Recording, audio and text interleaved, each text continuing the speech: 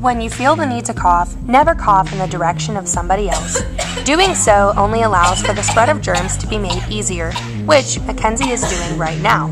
So, in order to make it a safe environment for others, don't cough in anyone's face. Now, allow us to show you the proper way to cough. As Mackenzie is doing a very good job of showing, coughing into your arm is a very safe way to not spread germs and to also cough efficiently. Do so always.